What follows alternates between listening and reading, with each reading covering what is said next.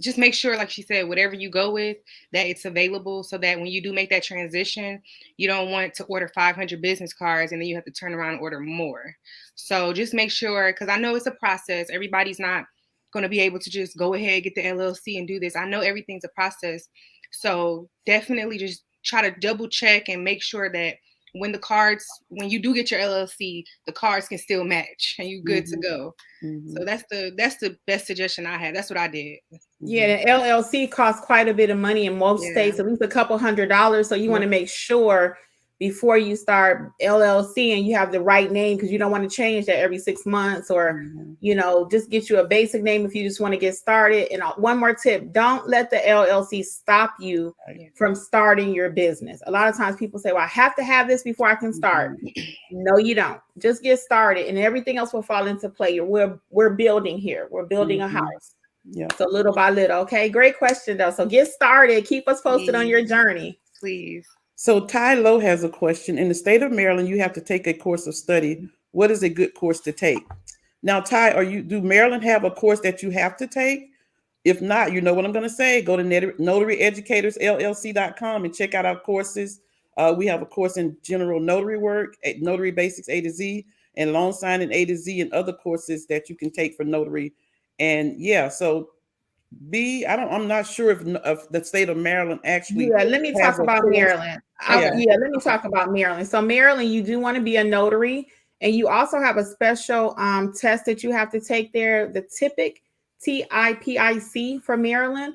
So you want to do a little homework. You have a couple layers there for you to become a notary and a notary loan signing agent in the state of Maryland. So your basic things, and then after that, once you complete those, like Angela said, then if you need like a well-rounding how to start your general notary business or well-rounding with your loan signing, then we'd be more than happy to help you. But you do have a couple extra steps in the state of Maryland, okay? Very good. Next. So Just Me Design says, hello, Kimmi. How do I take your course, or who do I need to go through? You take our course by going to notaryeducatorsllc.com, and you need to go through us. Yeah, it'd be our pleasure to help you. So we have the basic notary class, A to Z, and that class will help you to know basic notarizations, because you do need to know how to stamp a document prior to building your big business. You must know how to do the craft of being a notary first. Yes. And that course there, the basic A to Z, will teach you how to be a notary as far as stamping documents, how to build your business. We go over some basic marketing, basic Google My Business tips, as well as pricing. We go state by state, and our training is for all 50 states, actually. Yes. That's a good tip. California to Iowa, we've had quite a few. A nice mixture there. Yes. So just check us out, notaryeducatorsllc.com.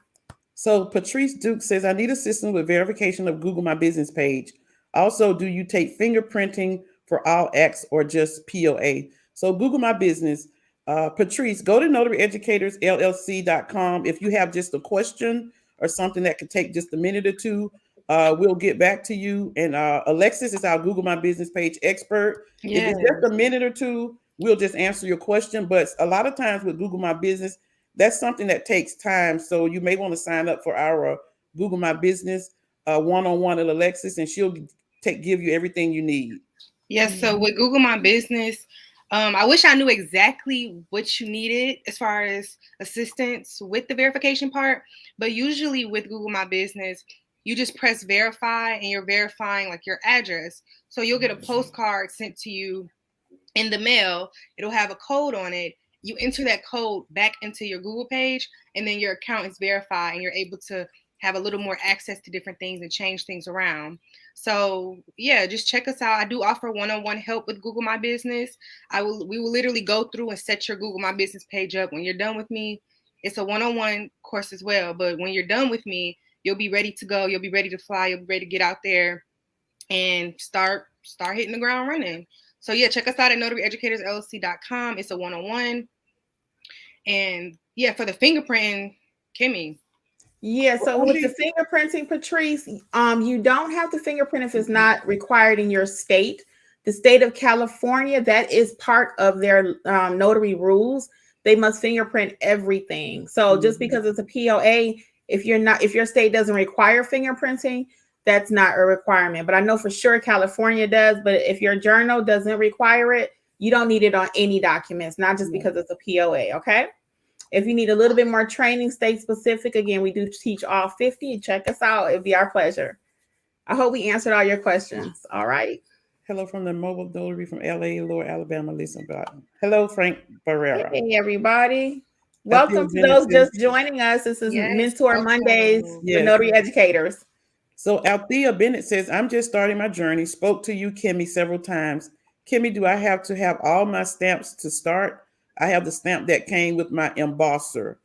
So the only stamp that you really need to start is your state notary stamp that you need with your name, expiration date, your county. That's the most important stamp that you need to start. Like Kim always says, don't go spend a lot of money trying to get everything.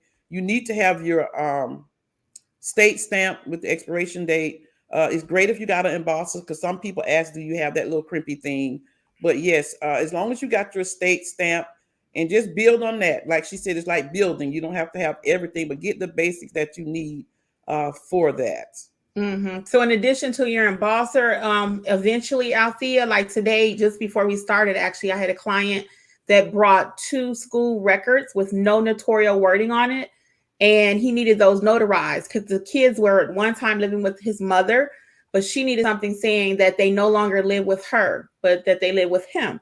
So he brought 2 school report cards to me, no notarial wording.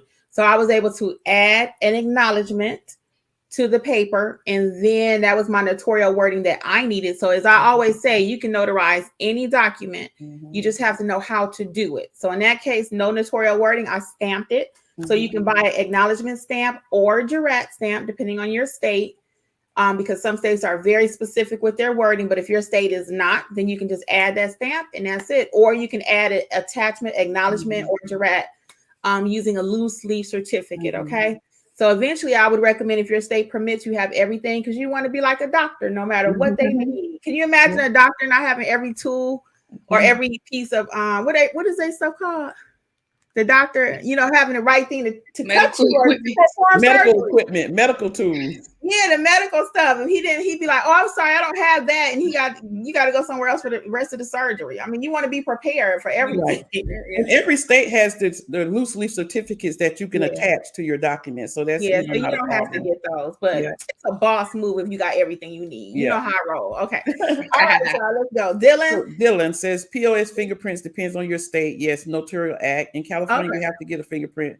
Real proper. I would check your state. Yep, Dylan is exactly right. Check your state. Thank you, Dylan. Thank you. Yeah, that's our go-to. Check your state laws. Yeah. Read your state's handbook. Yes. Now we got Marcia or Marcia.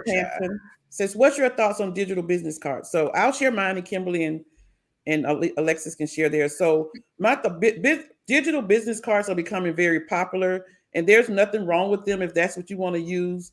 For myself personally, I still like the regular business cards, and I find that I have a lot of clients that are actually older, and the older clients are the repeat clients, and they always ask for a business card. So both, for me, it would do justice to do both, because maybe it's an older client who don't do the digital thing, but digital business cards are becoming very popular. So there's nothing wrong with adding it to your business. In full confession, at one time I was like, don't nobody want no QR code, but I find that people do want a little QR code, a lot of younger people.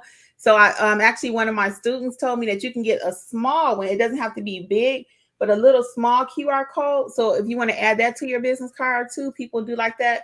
But I'm about everything. I advertise whatever way I can. So digital, paper, it doesn't matter. But have a little bit of everything, like Angela said. You got a thought, Alexis? Yes, me personally, I stick with old school. I want a hard business card. But I do agree that digital business card, that's going to be the next move. So if you want to get ahead of the wave and just, make sure you're set up, go ahead, do both. But personally, if I'm going out, I'm in the field, if I'm doing my loan signings, I'm leaving a physical, actual business card. Because people, I just find that, like she said, a lot of clients are older, and that's the repeat clients. And I find that they'll be the ones who they'll keep it in their wallet. They'll keep stuff in there for years. Like they'll pull out a whole stack of business cards. Yeah. Or even like on their kitchen fridge, or, you know, we all have that junk drawer in our house. So I say do both. Definitely do both. But keep those physical business cards, because even out in the field, like with lawyers and stuff, I find that they're not about to, you hand them a real business card when you know. So I say do both. Yep. Keep those physical ones on hand too. Yeah. Yeah. Very good.